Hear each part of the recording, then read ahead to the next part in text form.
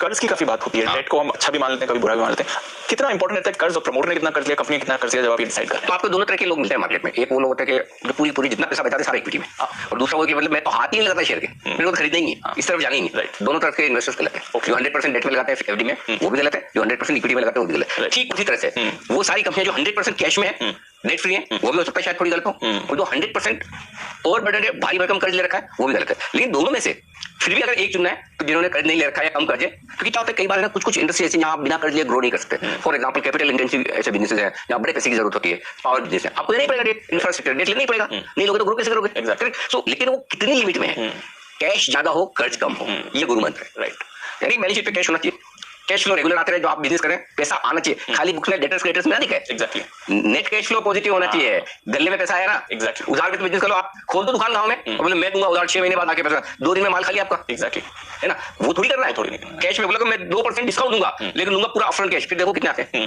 Exactly, है ना। सो आपको देखना ये। अच्छा, दूसरा क्या, अगर कैश आपके पास में है, डिविडेंड कंपनी ज्यादा देगी। कैश आपके पास कोई बड़ा मौका आया, आप तुरंत नया बिजनेस शुरू कर सकते हो या उसी बिजनेस में एक्सपेंशन कर सकते हो, कोई एक्विजिशन करना कर सकते हो। तो सीधी बात ये कि जिस बैलेंस शीट पर कैश ज्यादा है उस पर ज्यादा भरोसा करें। Understood sir. अच्छा, कई बार ये भी होता है कि प्रमोटर्स शेयर गिरवी रखते हैं, इसको कैसे समझना है सर, क्यों रखते हैं गिरवी शेयर? और भी तरह से तो आप कर उठाते थे, गिरवी क्यों रखते हैं? गिरवी रखना अपने आप में बहुत बुरी बात नहीं है, नेगेटिव है, लेकिन आपको ये समझना चाहिए कि प्रमोटर की गिरवी रखने का पर्पस क्या है। एक तो प्रमोटर शेयर गिरवी रख के अपना बंगला बना रहा है, बड़ा लग्जरी गाड़ी खरीद रहा है, घूम रहा फिर रहा है, उस पैसे को कैसे इस्तेमाल कर रहा है। दूसरा है कि प्रोडक्टिव यूज है, वो लेकर वही उससे जो पैसा आया कोई बिजनेस में ही लगा रहा है ना, तो और वो रिलेटेड बिजनेस में लगा रहा है, अनरिलेटेड बिजनेस में नहीं। सो गिरवी रखकर उस पैसे का इस्तेमाल कैसे करें, अगर वो पता चल पाए तब तो बहुत बढ़िया, लेकिन हर केस में आपको पता चलेगा नहीं चलेगा, क्योंकि एक्सचेंजेस क्या बोलते हैं, आपने जितने गिरवी रखी उसकी जानकारी दो। ये कहीं नहीं लिखा कि क्यों गिरवी रखा उसकी जानकारी दो, पर्पस क्या है, वो तो फिर वो आपको पता लगाना रहा। बिल्कुल, हम ये कहते हैं कि गिरवी जिन प्रमोटर्स की इक्विटी, इनके शेयर ज्यादा गिरवी रखे और टाइम बम है, टिक टिक टिक, किस दिन फूटेगा पता नहीं। राइट, करेक्ट, क्योंकि जब मार्केट खराब होता है, अब होता क्या है, शेयर का दाम घट गया, फिर आप बोलोगे कि जिससे फाइनेंस लेकर कि या तो उसको पैसे दो या और शेयर दो और गिरवी रखो, और होता यही ना, उस समय किस क्लास होता है। एग्जैक्टली, तो ये थोड़ी सोचता कि 100 रुपए का शेयर मार्केट जोर से गिरा 4 दिन में 50 हो जाएगा, और स्पेशली एफएनओ वाले शेयर। सो थोड़े जहां प्रमोटर की स्टेक गिरवी ज्यादा है वहां थोड़ा सा सावधान रखना जरूरी है, उसमें मतलब अलर्ट रहना चाहिए। राइट, हाँ, तो थोड़ा बहुत हो चल सकता है, ठीक है, बट ज्यादा गिरवी 80%, 90%, 100% गिरवी, अरे नहीं भाई, दूर तो आपको रेड फ्लैग मिल गया। अच्छा सर, ये तो रही कंपनी की बात, प्रमोटर की, मैनेजमेंट की बात, बट कंपनी किस सेक्टर का हिस्सा है ये जानना कितना जरूरी होता है, कि अल्टीमेटली वो भी एक डिसाइडिंग फैक्टर जरूरी है, क्योंकि सेक्टर के बेसिस पे कई बार क्या होता है कि लोग दो तरीके से देखते हैं। एक, पहले कंपनी खरीदेंगे, फिर सेक्टर देखेंगे, फिर इकोनॉमी देखेंगे, फिर दुनिया भर को देखेंगे। दूसरा कि पहले दुनिया भर की इकोनॉमी, वहां की मार्केट देखेंगे, फिर उसमें से हमारा देश इंडिया देखेंगे, फिर इंडिया में से कुछ सेक्टर जो पसंद आ रहा है वो देखेंगे, फिर उसमें आपकी company. Top down, bottom up, ये दो तरह की अप्रोच होती है। आपको क्या करना है, हम तो यहाँ के शेयर खरीद रहे हैं, तो हमें ग्लोबल और इकोनॉमी उससे ज्यादा इस वक्त फोकस करने की जरूरत नहीं, हम शेयर पर फोकस करें। तो जिस सेक्टर का शेयर आप चुन रहे हैं उस सेक्टर का हाल क्या है, उस सेक्टर की आगे 5-15 साल की ग्रोथ क्या है। फॉर एग्जांपल टेलीकॉम है, फॉर एग्जांपल आपका इंटरनेट से रिलेटेड है, स्पोर्ट्स है, एंटरटेनमेंट है, आपको पता है ये बढ़ने करेक्ट, लेकिन जरूरी नहीं कि टेलीकॉम में भी बीच में ऐसा समय 8-7-8 साल किसी ने कोई पैसा नहीं बनाया। करेक्ट सर, तो आपको उस सेक्टर में किस लेवल तक का ग्रोथ है प्लस किस लेवल तक का कॉम्पिटिशन है, ये अगर ग्रोथ तो है लेकिन हर दूसरे आदमी को भी काम करना है, करेक्ट, कैसे होगा फिर, है ना। और एक और बात ये कि कंपटीशन में भी मतलब ऐसा कि हर आदमी घुस जाए, जिसकी मर्जी है वो बिजनेस कर ले, एंट्री बैरियर नहीं है। करेक्ट, किराने की दुकान हर आदमी खोल सकता है। एग्जैक्टली, कोई लाइसेंस तो ऐसा नहीं चाहिए कि जिसके आपके पास ये क्वालिफिकेशन होनी चाहिए तो आप ये बिजनेस कर सकते हो, अगर हर आदमी घुस सकता है और कंपटीशन, तो नेचुरली आप फिर उतना कमा नहीं पाएंगे। एग्जैक्टली, सो ये चीजें आपको देखने की, एंट्री बैरियर है कि नहीं। अच्छा, एक और चीज देखने की, सीजनल बिजनेस तो नहीं है। राइट, मेटल्स में हाँ, कुछ मेटल्स हैं, कुछ जैसे शुगर है, कुछ चीजें जो सीजनल है तो आपको पता है ये सीजनल है, लेकिन ये सोच समझ के आपको पैसा लगाना है कि सीजनल बिजनेस वालों में लगा रहे हैं। अच्छा, जिस कंपनी में पैसा लगा रहे हैं, एक चीज मैं देखना चाहता हूँ, देखिए कुछ प्रोडक्ट तो उसके ऐसे होने चाहिए मार्केट लीडर हो, भले सारे ना हो, है ना। अगर वो 1-2 प्रोडक्ट भी अगर ऐसे बनाए जो कि मार्केट लीडर है तो वो जबरदस्त है, तो वो पोजीशनिंग कंपनी की कैसी है वो देखनी चाहिए। ठीक है सर, इस सब में जो सरकार की पॉलिसी, गवर्नमेंट रूल्स हैं, पॉलिसी एक्शन है, ये कितना इंपॉर्टेंट हो जाता है सर? ये सब सरकार की पॉलिसी तो जानना समझना बहुत जरूरी है, लेकिन कौन समझ पाता है। लेकिन आप इतना समझ लीजिए कि कोई ऐसा सेक्टर तो नहीं जिसमें सरकार का दखल जरूर से ज्यादा। अगर हर 15 दिन में पॉलिसी बदलती हो, हर साल में कुछ नया आता हो, दाम उसके प्रोडक्ट के ऊपर नीचे होते हो, तो इसमें थोड़ा सावधान रहने की जरूरत है। उसमें फिट होता है, आप पैसा उसमें ही बना सकते हैं, लेकिन उसमें टाइमिंग बड़ी इंपॉर्टेंट हो जाती है, और पैसा आपका कम बनेगा या समय ज्यादा लगाएगा।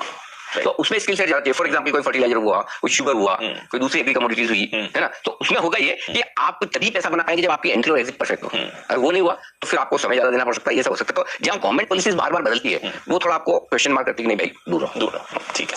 अच्छा सर, आज तो ग्लोबलाइजेशन का वक्त है, हमारी कितनी कंपनीज एमएनसीज हैं, कितना इंपॉर्टेंट रहता है कि उनका घरेलू कारोबार कैसा है और इंटरनेशनल कारोबार बहुत जरूरी है। और अब तो मतलब ये बहुत बड़ा पॉइंट एक्चुअली लिस्ट में नीचे आया, ऊपर आना चाहिए। इंपोर्ट एक्सपोर्ट करने वाली कंपनियों में आपको खाली इंडिया में नहीं देखना ना, पता चला किसी चाइना ने डंपिंग शुरू कर दी तो आपकी बैंड हो जाएगी यहाँ पर।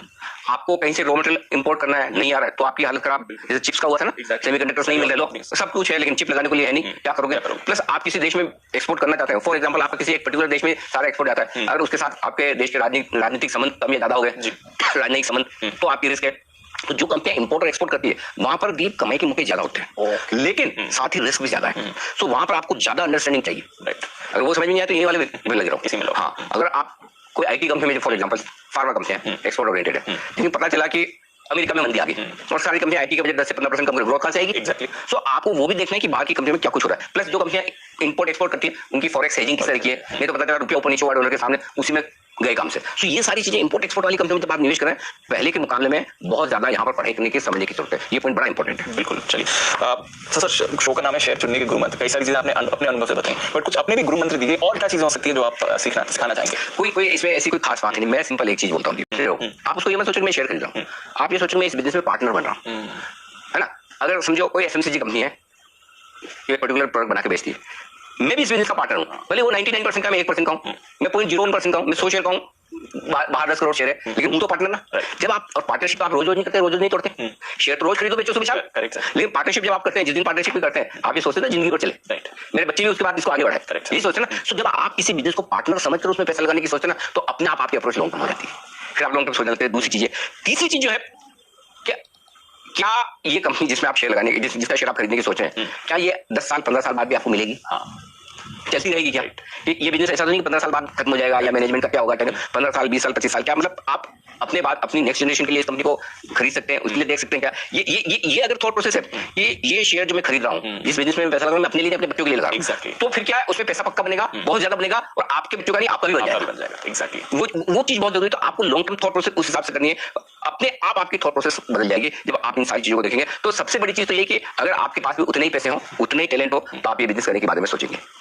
इसमें आप ये कह सकते हैं यार मेरी तो काबिलियत नहीं, चलो एक आईटी कंपनी चलाने की, लेकिन मेरी कंपनी समझ में आती है, मैं टैलेंट या मैनेजमेंट हायर करूंगा और कंपनी चलाऊंगा। तो ये 2-3 चीजें अगर आप कर लेंगे ना, तो आपको बड़ा बेनिफिट होगा। तो ये चीजें हैं जो ध्यान में रखने वाली है कि अपने आप को पार्टनर समझे, सिर्फ शेयर खरीदने बेचने वाला एक इन्वेस्टमेंट समझे, लॉन्ग टर्म सोचे, अपने बच्चों के लिए सोचे, अपना समझ कर उसमें बस। और ये देख लें कि 15-20 साल 25 साल बाद कंपनी मिलेगी ना, अगर वो उसमें क्वेश्चन मार्क लग रहे हो, तो फिर उस हिसाब से सोचनी चाहिए।